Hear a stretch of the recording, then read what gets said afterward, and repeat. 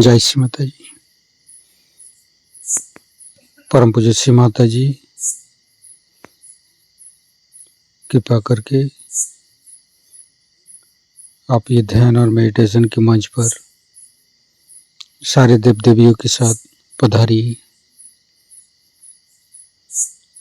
और हमें निर्विचारिता स्थिति, ध्यान का स्थिति प्रदान कीजिए माँ। हे आदिशक्ति माँ, कृपा करके अब सारे विश्व को चैतन्यित कीजिए, सहयोग में लाइए माँ, ध्यान में लाइए माँ, निर्विचारिता स्थिति प्रदान कीजिए माँ। परम पूज्य श्री माता जी कृपा करके सारे देव देवियों के साथ पधारिए। परम पूज्य श्री माता जी आपके श्री चरण कमल पर कोटि कोटि नमन।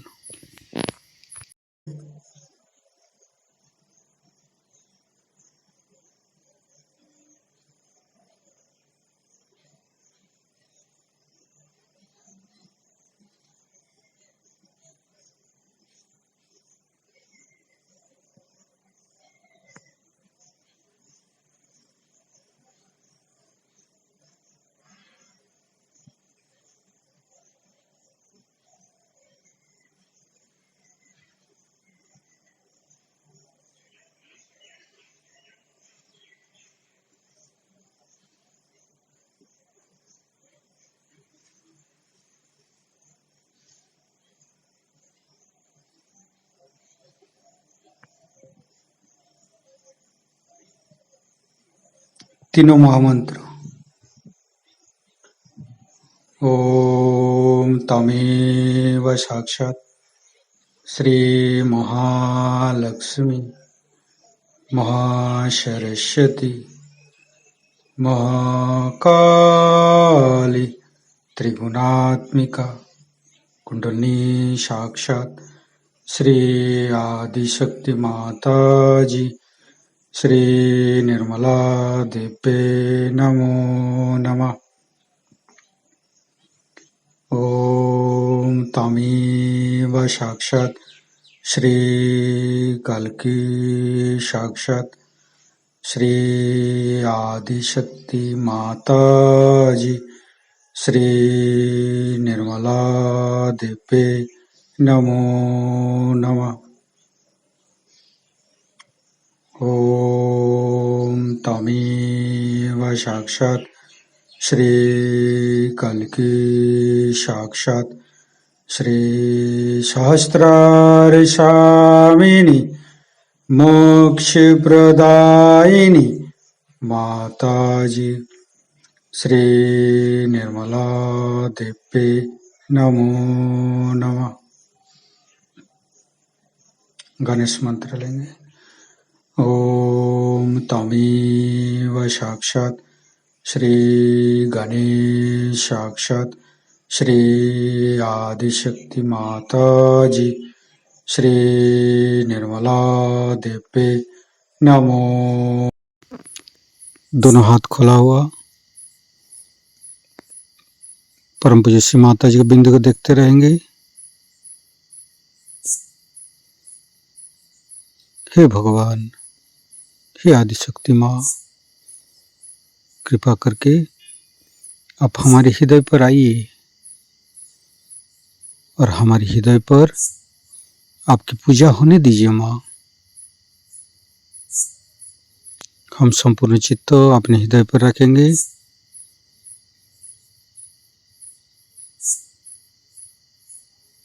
श्री माता जी का छवि हम हृदय में देखते रहेंगे।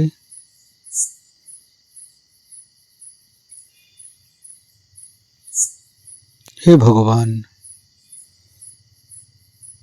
कृपा करके हमारे हृदय पर माँ जगदम्बे के रूप में आइए। हे आदिशक्ति माँ, हम अज्ञानी हैं, हमारी अज्ञानता के बस में यदि आपके शान के खिलाफ कोई गलती हुआ हो, कृपा करके हमें क्षमा कर दीजिए। धीरे धीरे चित्त को मूलाधार चक्र, तीनों मूलाधार को देखेंगे। परम पूज्य श्री माता जी, आप ही तो प्रभु गणेश है। कृपा करके हमारे शरीर की तीनों नाड़ी, सातों चक्रों के अंदर समस्त दोषों को, समस्त रोगों को दूर कीजिए। हे प्रभु गणेश, हमें अबोधिता और पवित्रता प्रदान कीजिए।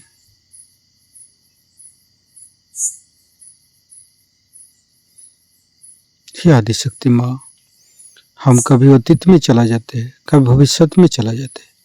कृपा करके हमें वर्तमान में रखिए।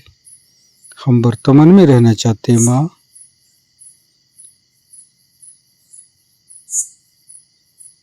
संपूर्ण चित्त मध्य मूलाधार पर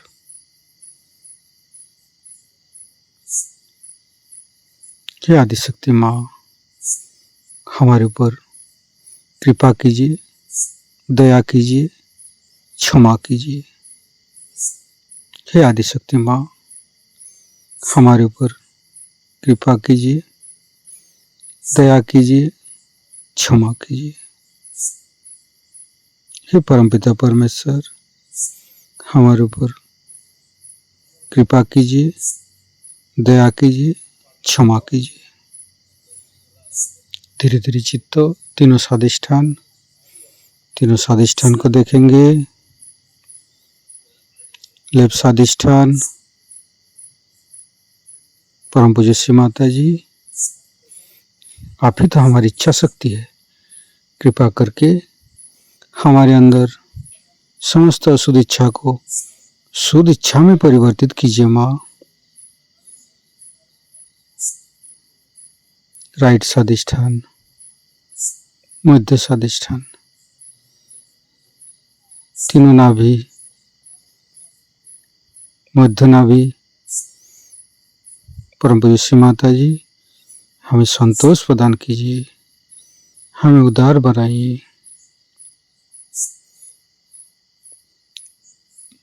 हृदय चक्र, तीनों हृदय को देखेंगे। राइट हृदय, लेफ्ट हृदय, परम पूज्य श्री माता जी, आप ही तो हमें शुद्धात्मा बनाया है। आप ही का परम कृपा से तो हम शुद्धात्मा है। फिर धीरे धीरे चित्त को मध्य हृदय पर, फिर मध्य विशुद्धि, परम पूज्य श्री माता जी, आप ही तो हमें वाणी प्रदान करते हैं। कृपा करके हमारी वाणी में माधुर्य प्रदान कीजिए। फिर धीरे धीरे चित्त को फ्रंट आज्ञा। हे आदिशक्ति माँ, आप ही के परम कृपा में तो हम क्षमाशील है, त्यागी है। आप ही तो यीशु ख्रिस्ट है। कृपा करके हमारे आज्ञा चक्र पर आइए। फिर बैक आज्ञा, परम पूज्य श्री माता जी, मैंने सबको क्षमा किया। कृपा करके आप भी मुझे क्षमा कर दीजिए। सहस्त्रार, हे आदिशक्ति माँ, आप ही के सहस्त्रार से तो हमें जन्म दिया है माँ। आप ही ने तो हमें सहस्त्रार से पैदा किया। हमारे अंदर अहंकार, प्रति अहंकार को दूर करके हमारे सहस्त्रार पर आइए माँ। हे आदिशक्ति माँ, हमारे सहस्त्रार पर विराजमान हुई। हमें निर्विचारिता स्थिति प्रदान कीजिए, हमें दयान का स्थिति प्रदान कीजिए। संपूर्ण निर्विचारिता की स्थिति, इस स्थिति पर हम चित्त को नारगोल में लेके चलेंगे, जहाँ पर माँ सहस्त्रार खोला था। थोड़ी देर इस स्थिति पर ध्यान करेंगे।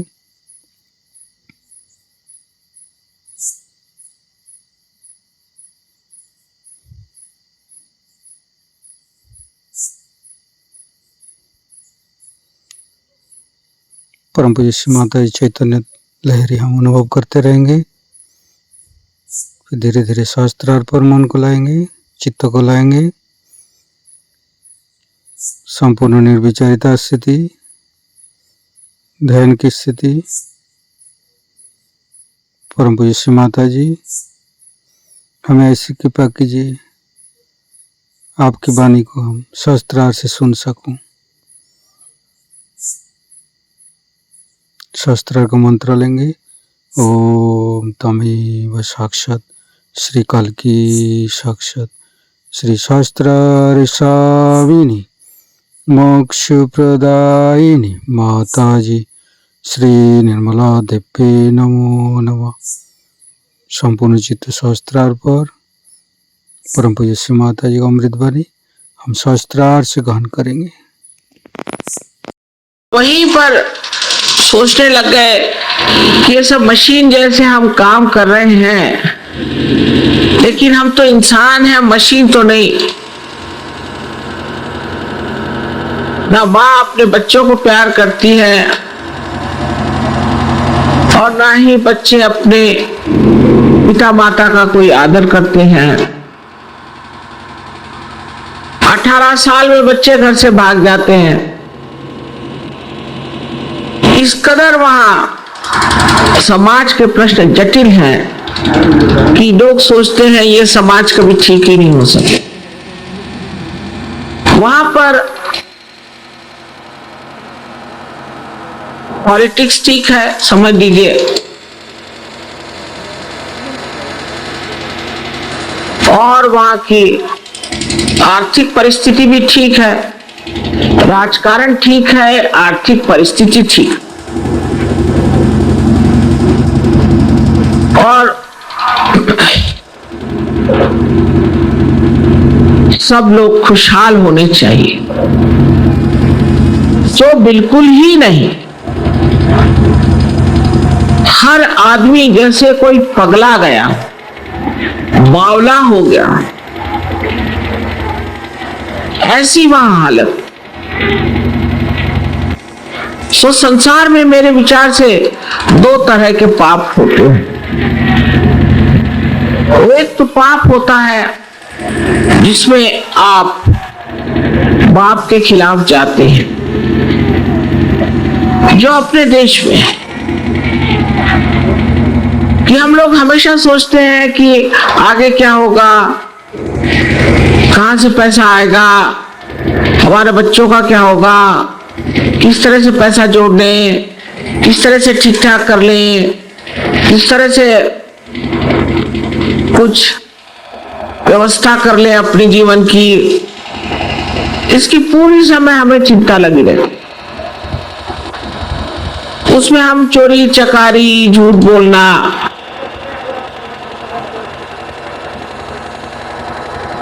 घूस लेना, दुनिया भर की सब चीजें करते रहे।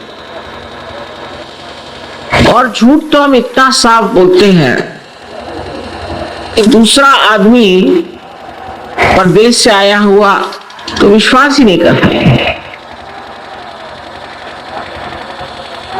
जब रजनीश ने सबसे बताया कि मैं भगवान हूं तो उन्होंने मान लिया। मैंने कहा आपने मान क्यों लिया? पहले कोई झूठ क्यों बोलेगा?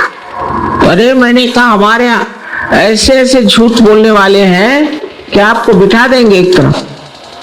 किसी को, वहां के लोगों को विश्वास ही नहीं होता कि लोग झूठ बोलते हैं, लेकिन अपने हम लोग सुबह से शाम तक झूठ बोलते हैं।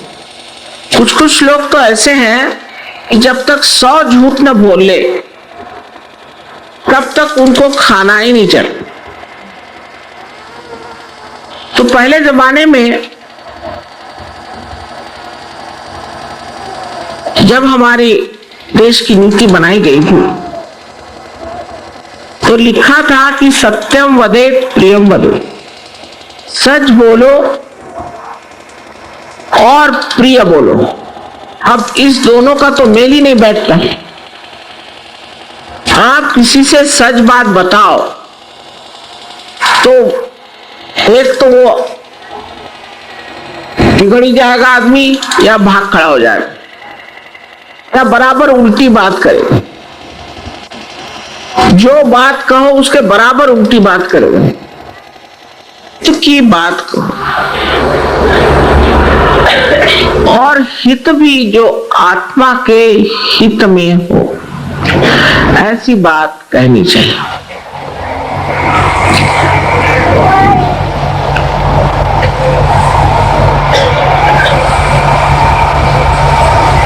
लेकिन जो विदेश के लोग हैं, इनका पाप है वो मां के खिलाफ होता है, मां के विरोध।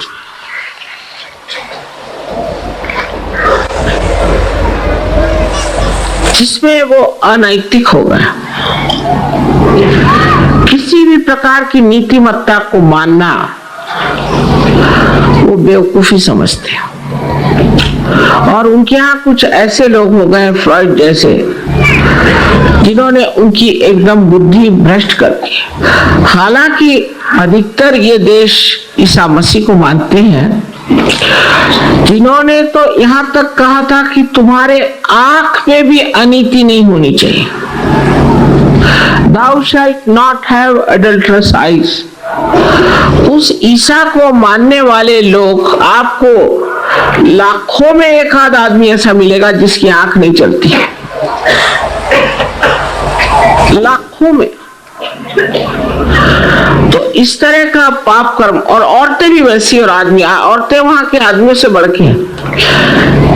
यहाँ पर आदमी औरतों के पीछे भागते हैं, वहां औरतें आदमियों के पीछे, और आदमी भागते हैं दूसरी तरफ। उल्टा हाल। इतनी अनीति वहां है, इतनी अनीति है कि नर्क साक्षात दिखाई देता। जिस प्रकार अपने यहाँ झूठ, फरेबी और चालू लोग जिसे कहते हैं कि बातचीत में आपको बेच डालेंगे, आपको पता नहीं चलेगा। और इस तरह से हम लोग ऐसे उछले तरीके से रहते हैं, कोई गहराई हमारे अंदर नहीं आती। ऐसे हमारी शादी हुई लखनऊ में। लखनऊ के लोग में तहजीब तमीज बहुत ज्यादा है, इसमें कोई शक नहीं। लेकिन उनकी बात में अगर आ गए आप तो सारा दिन खत्म हो जाएगा। हम मकान बना रहे थे और हमारे पति जो है वो बिल्कुल समझ लीजिए कि इंस्पेक्टर जनरल ऑफ पुलिस से भी बढ़ के जबरदस्त। उन्होंने कहा कि किसी भी आदमी से आपको मदद नहीं लेनी, आप अकेले सब करेंगे। हमने कहा भाई ठीक है।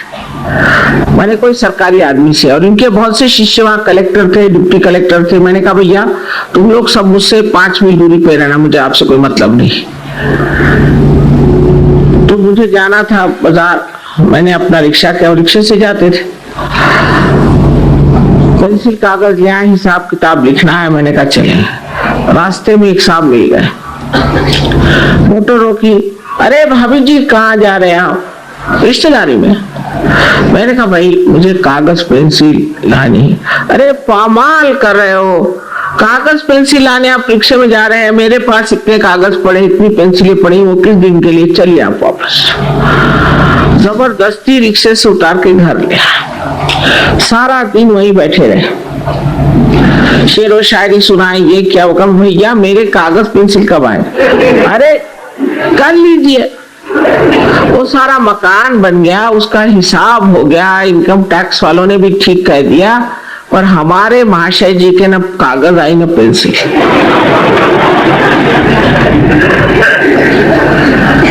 दूसरे एक साहब ने कहा कि आप खाना खाने आई।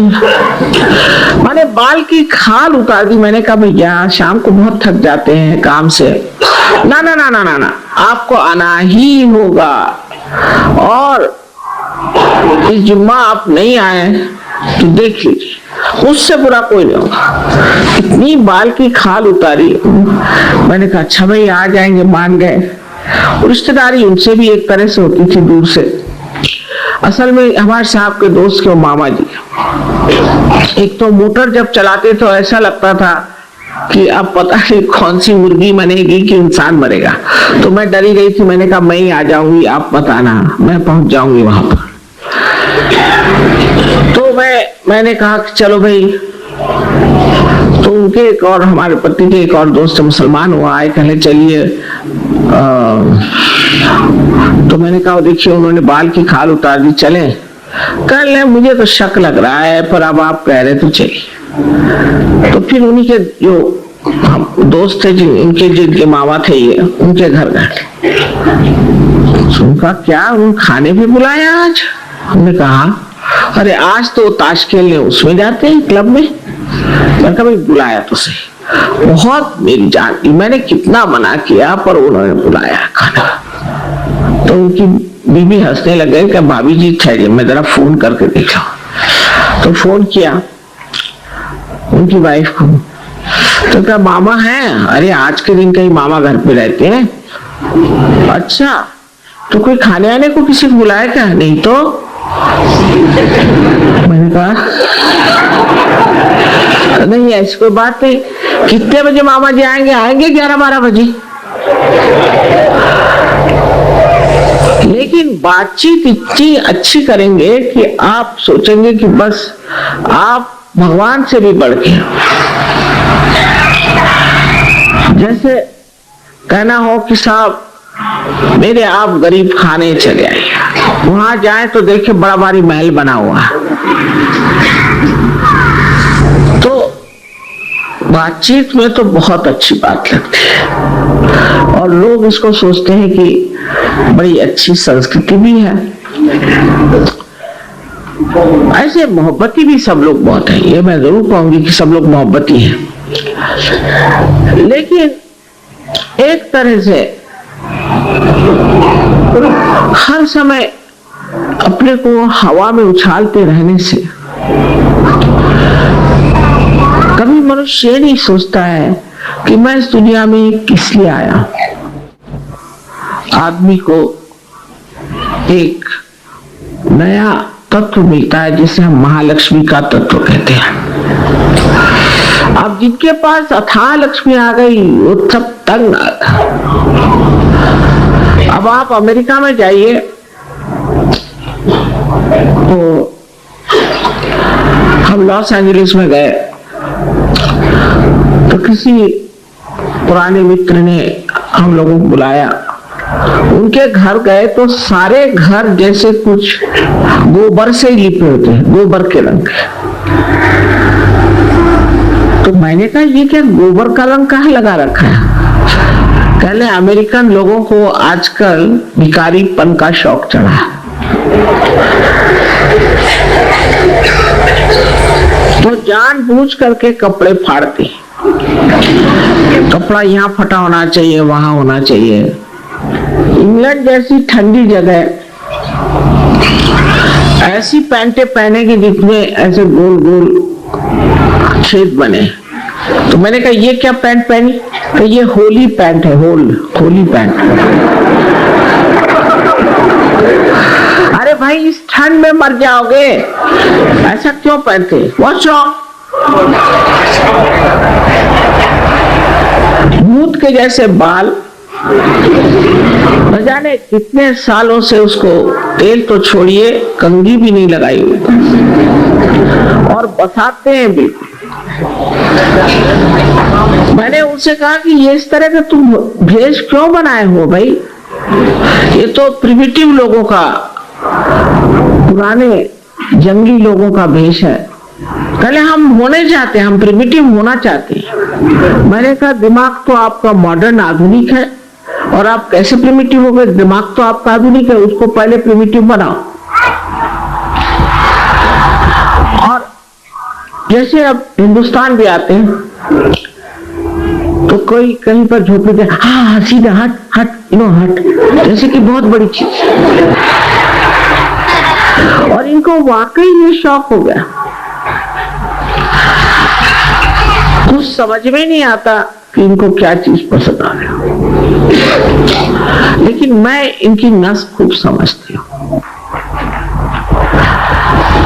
एक बार मैं लखनऊ के पास मसौली गई थी, वहां से कुछ मिट्टी के बर्तन अच्छे बनाए थे, मिट्टी तो नहीं कहना चाहिए, चीनी मिट्टी थी, पर बड़े अच्छे बनाए थे, लेकर के ना उसमें कोई लाइन थी कुछ नहीं, लेकिन कहना चाहिए जैसे विदेश के लोगों को अच्छे लगते सब। 6 आने में मिले थे, 6 आने बस। मैं जब लौट के आई तो हमारे साहब के एक दोस्त, बहुत बड़े रईस आदमी वहां के और अम्बेसडर यहाँ के आए थे, उनकी बीवी, वो हमसे खाना खाने हमारे घर आए तो कहने लगे मैंने सुना था कि यहाँ बड़े अच्छे सिरामिक्स मिलते हैं, तो कहीं नहीं, सब रद्दी बड़े डेकोरेटिव कुछ काम के नहीं मिलते, कहीं नहीं मिलते। तो मैंने कहा आपको बड़ा शौक है? हाँ। तो मैंने उसमें से 2 प्याले अपने कुल्हड़ जैसे 2 प्याले उनको प्रेजेंट कर दिए। अब मेरे पति की तो भौएं चढ़ गई कि क्या 6 आने की चीज को प्रेजेंट कर दी। मैंने कहा आप नहीं जानते इनको, मैं खूब जानती हूँ। तो वो जब दिल्ली आए मेरे पति, तो यहाँ से आकर के फिर वापस जाकर कहने लगे कि वाकई में वो भी तुम्हारे जैसे पागल है। मैंने कहा क्यों? अरे तुमको मालूम है वो मुझे एयरपोर्ट लेने आए और कहने लगे कि आज तुम हमारे यहाँ खाना खा कर जाओगे, और घर ले गए और उन्होंने दिखाया एक स्पेशल, उन्होंने एक बढ़िया सा आला बनाया था और उस पे कांच लगाई और उसमें ये 2 प्याले रखे थे और उनसे कहने लगे कि हम किसी से नहीं बताते हैं कि आपकी पत्नी ने दिया, नहीं तो सब उनको तंग करेंगे, हम किसी से नहीं बताते कि कहां से लाए। ये कहने लगे कि इनकी नजर क्या उल्टी, क्या इनको क्या दिखाई दे रहा 6 आने वालों में।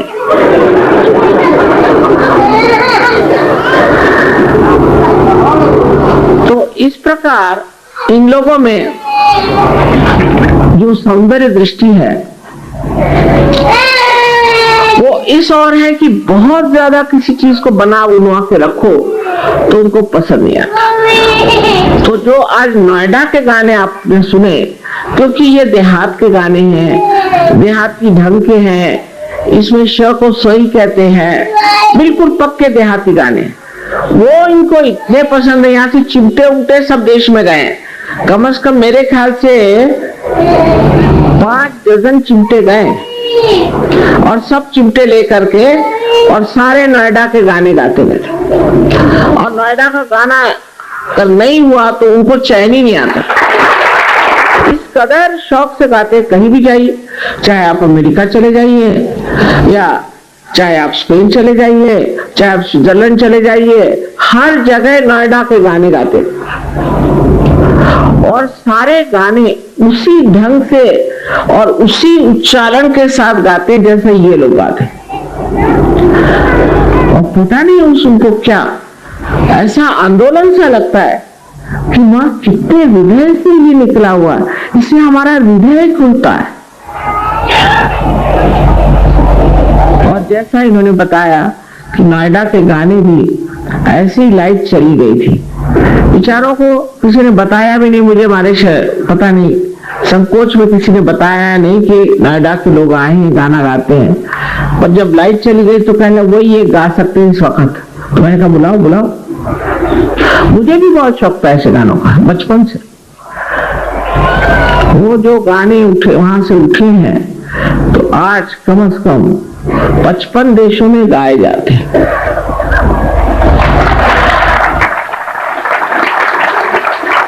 और ये जो कविताएं हैं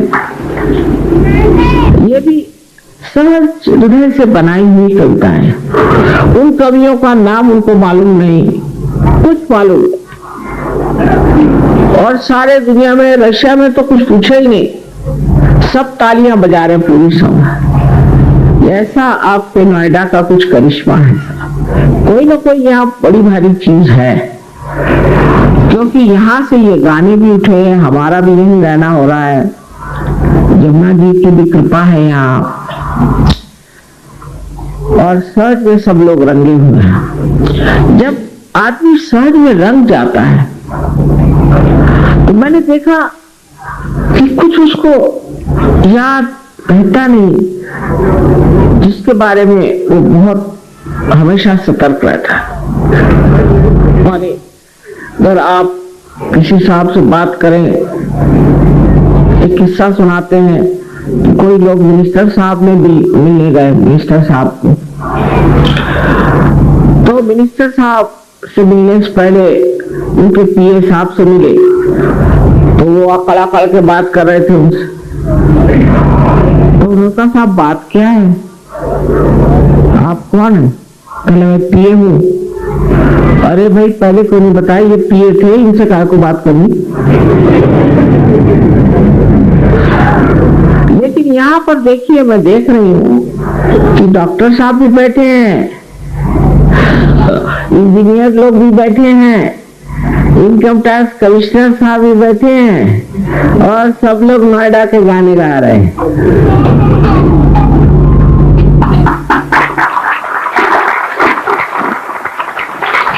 और सर्च से पहले अगर नौकर लोग बैठ के गाना गाते होते तो जाकर कहते कि यहाँ गाना गाओ नहीं, हमें सोना है, भागो। लेकिन अब वही गाने इतने सुहाने लग रहे और इतने अच्छे लग रहे। जब हृदय आपका खुल जाता तो जो कुछ हितकारी आत्मा के लिए है वो बहुत अच्छा लगता है, क्योंकि अब सब मनुष्य आत्मा का ही खोजता है, आत्मा का ही आनंद खोजता है। वो ये नहीं खोजता कि मैं कहाँ सो रहा हूँ, कि मैं कहाँ बैठा हूँ। परदेश से जो लोग आते हैं, इनके सब पास मोटरें हैं, मैंने बताया घर हैं, बड़े शान से रहते हैं। और वो जो गणपति पुणे हैं, क्या बताएं आपसे, वाकई यहाँ गणपति पुणे हो जाए तो कुछ तो फायदा हो जाएगा। वहां ना कभी पानी आए, ना ही कोई रहने की व्यवस्था है, और पत्थर के घर है, और वो किसी तरह से उबड़ खाबड़ बने वहीं आराम से रहते हैं। और अब मैंने कहा कि सोच रहे एक आश्रम बनाओ, तो माँ गणपति पुणे जैसा ही बनाओ, सब लोग कह रहे हैं। अरे मैंने कहा मैं तो सोच रही थी कि तुम बड़े दुखी हो। नहीं, वैसा ही बनाई, क्योंकि आत्मा का जो आनंद है वो गणपतिपुणे में आता है, ये उन्हें पता नहीं। वो सोचते हैं कि गणपतिपुणे में ही जो घर वर है उसी का आनंद है। असल में सब आपस में, सारे देश के लोग मिलते हैं, सब आपस में आदान प्रदान, प्रेम प्यार की बात, वो इतनी सुधाई होती है कि उनको कुछ सोचता ही नहीं कि वहां कहाँ सो रहे हैं, जमीन पर सो रहे हैं, कि कोई यहाँ परेशानी है। किसी को ये भी नहीं ख्याल आता कि रात में कोई बच्चू काट लेगा, कोई सांप काट लेगा। ना कोई काटते भी नहीं है सांप उनको, ना बिच्छू आते। एक अजीब सा माहौल उस गणपतिपुणे में देखती हूँ कि ये लोग जैसे मैंने बताया था पहले कि वो बिल्कुल जंगली जैसे रहते थे, कायदे के बाल वाल बना के। मैंने कहा सर में तेल लगाओ करो, नहीं तो गंजे हो जाओगे। तो हमारे हिंदुस्तानी चाहे तेल लगा के चप्पी करके बिल्कुल, मैंने कहा बीच में से मांग लो, तो बराबर बीच में से मांग लेके फिर कहने लगा कि हमारा चित्त थोड़ा इधर उधर जाता है। मैंने कहा जमीन देख के चलो, तो हमेशा जमीन देख के चलेंगे। तो मैंने कहा भाई कभी तो ऊपर देखा था, ऊपर में देखने लायक कोई चीज ही नहीं है। बच्चे हैं वो भी दिखाई देते हैं 3 फुट पे, तो कोई जरूरत नहीं ऊपर देखने की। और फूल भी दिखाई देते हैं, और सब जमीन की ओर देख करके चलते हैं। उन लोगों को आप देख के हैरान हो जाइएगा कि जिस तरह से वो कायदे में आ गए। औरतें साड़ियां पहनती हैं कायदे से, इसी तरह से आपके जैसे से बिंदी सिंदूर लगा करके, और इतने आनंद से रहते हैं। इससे पढ़े लिखे विद्वान, उसमें बहुत सारे साइंटिस्ट हैं, इंटेलेक्चुअल्स हैं, ये हैं वो हैं, वो कहते हैं कि इसमें जो आराम है आपके कल्चर में कहीं, आपकी संस्कृति में बड़ा आराम है। लेकिन हमारी संस्कृति में जो बातें हैं वो बहुत कुछ गिर गई, खत्म। ये वो लोग नहीं जानते, क्योंकि वहां जो सहयोगी आते हैं वो कभी झूठ नहीं मिलते, कभी गाली गलौज नहीं करते, किसी को मारते नहीं, पीटते नहीं। और बड़े सवेरे 5 बजे उठ के नहा लिए हिंदुस्तानी लोग तैयार है काम करने के लिए, वो खुद ही हैरान हो जाते कमाल ये लोग। और बहुत ही ईमानदार, वो खुद हैरान है कि देखिए हम हिंदुस्तानियों के मुकाबले में कैसे बैठे। तो एक बात जरूर कहूंगा कि वो बड़े गहराई से सहयोग में उतरते। अब लंदन की सर्दी में 4 बजे उठ के नहाते हैं। कहीं स्विट्जरलैंड की सर्दी को क्या कहने, चारों तरफ बर्फ। 4 बजे उठ के नहाना और ध्यान करना। और मैंने कहा कि बहुत लोग हो जाते, इस बार कुछ लोग कम आओ तो अच्छा रहेगा। नहीं, हमें हिंदुस्तान जाना ही है, उसके बगैर हमारा होगा ही नहीं। अरे भाई कुछ तो कम करो, अच्छा 2-4 कम कर दी इस तरह से। वैसे क्या है हिंदुस्तान, वहां चारों तरफ चैतन्य ही चैतन्य है।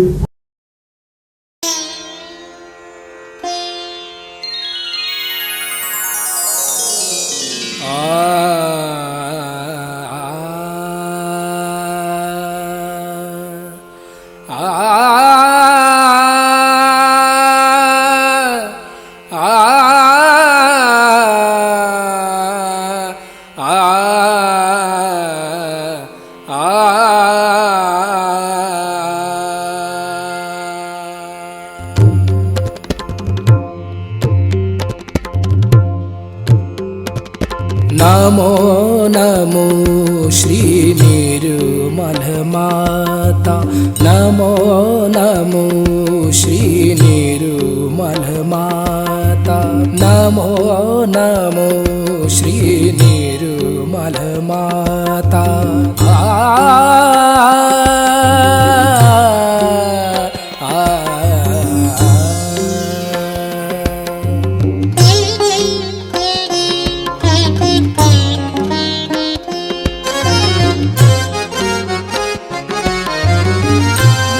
मोक्षदायिनी हे परमेश्वरी, मोक्षदायिनी हे परमेश्वरी, मोक्षदायिनी।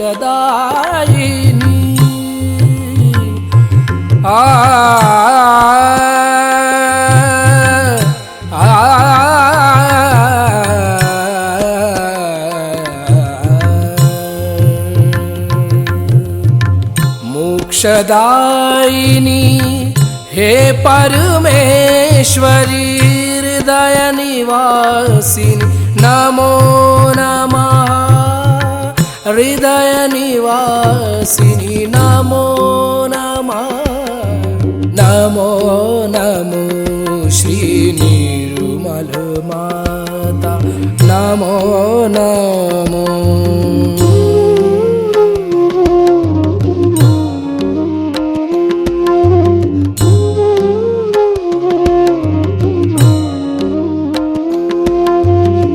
सहस्त्र कमल पर तुझको पाया, सहस्त्र कमल पर तुझको पाया।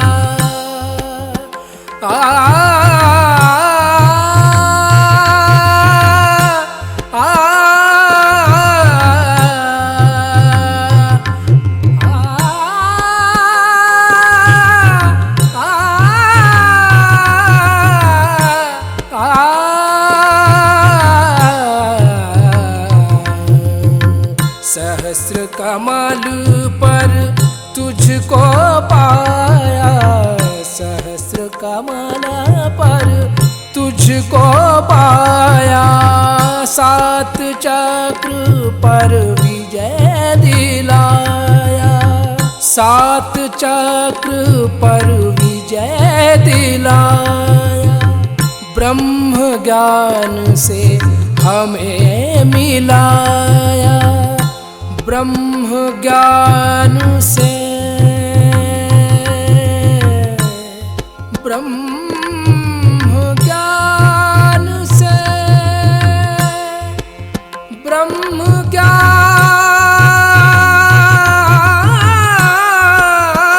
से, ब्रह्म ज्ञान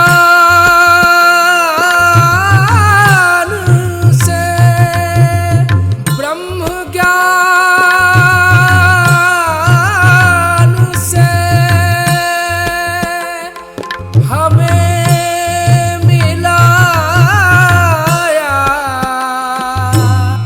नमो नमो श्री निर्मल माता, नमो नमो श्री निर्मल माता, नमो नमो श्री निर्मल माता, नमो नमो श्री निर्मल माता, नमो नमो, नमो नमो, नमो नमो।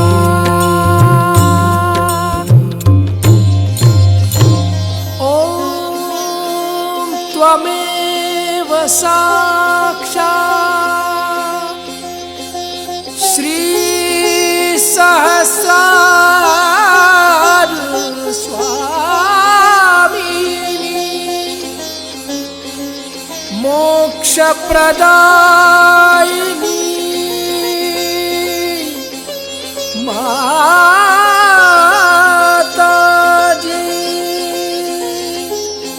श्री निर्मला देवे नमो नमः, नमो नमः, नमो नमः।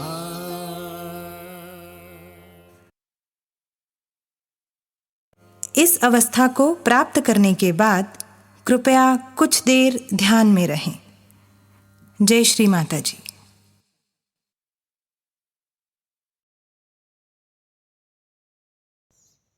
संपूर्ण ध्यान का स्थिति, निर्विचारिता का स्थिति।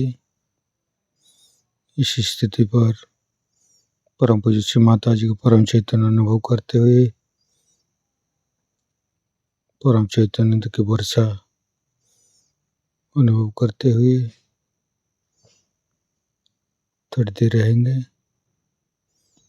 प्रे करेंगे परम पूज्य श्री माता जी, आज का एवं अमृत ध्यान पर आपने जो हमको परम चैतन्य अनुभव कराया, इसके लिए मैं आपको कोटि कोटि नमन। कुंडली उठा के बंधन लेंगे।